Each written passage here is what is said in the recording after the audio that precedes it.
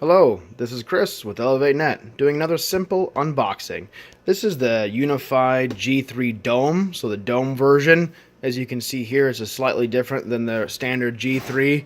I'm working on unboxing a lot of equipment and getting things ready for another event deployment. So as you see, we have here on the bench, we've got a handful of G3s, as well as some G2s, and some other domes that we'll be putting out.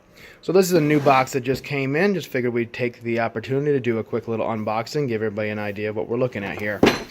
So on the top here, kind of becomes standard with some of these 5-packs, is the handle. I'm not entirely sure why they've chosen to do that, but it's convenient for handling just right now. But for most cases, everything gets stacked up, put in a box, and unboxed as soon as it shows up.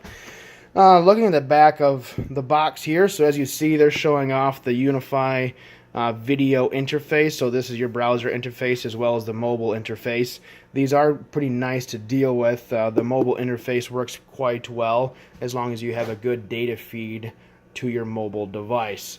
And then it just indicates here just the UniFi switches, because these Dome units are PoE and have the capability of just being powered right off of a PoE switch or a standard 802AF switch, depending on what you have available. I typically, for most of our deployments, we stick with the UniFi switches, so we can push out either our 24 or our 48 AF or AT, depending on what we're doing.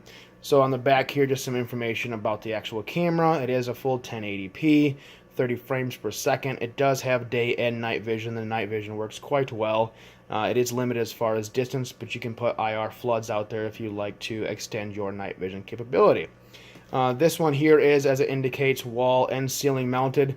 Mounting on the wall is a little interesting as far as to pivot and get the right view that you want, so just be prepared for a little bit of time on your mounting there. Let's go ahead and start doing the opening here. Just to make this a little bit easier, since I'm doing a one-handed, I'm just going to rip some of this up.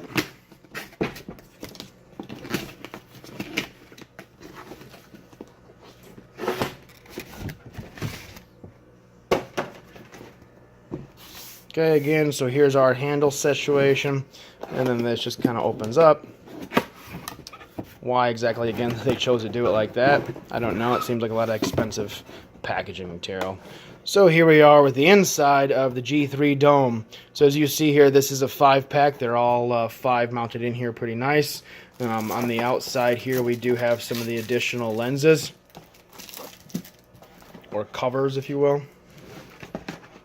And the camera itself, when you pull it out, they do have this little plastic cover over it, so that stays nice while it's in the packaging. There's no scrapes on the actual plastic.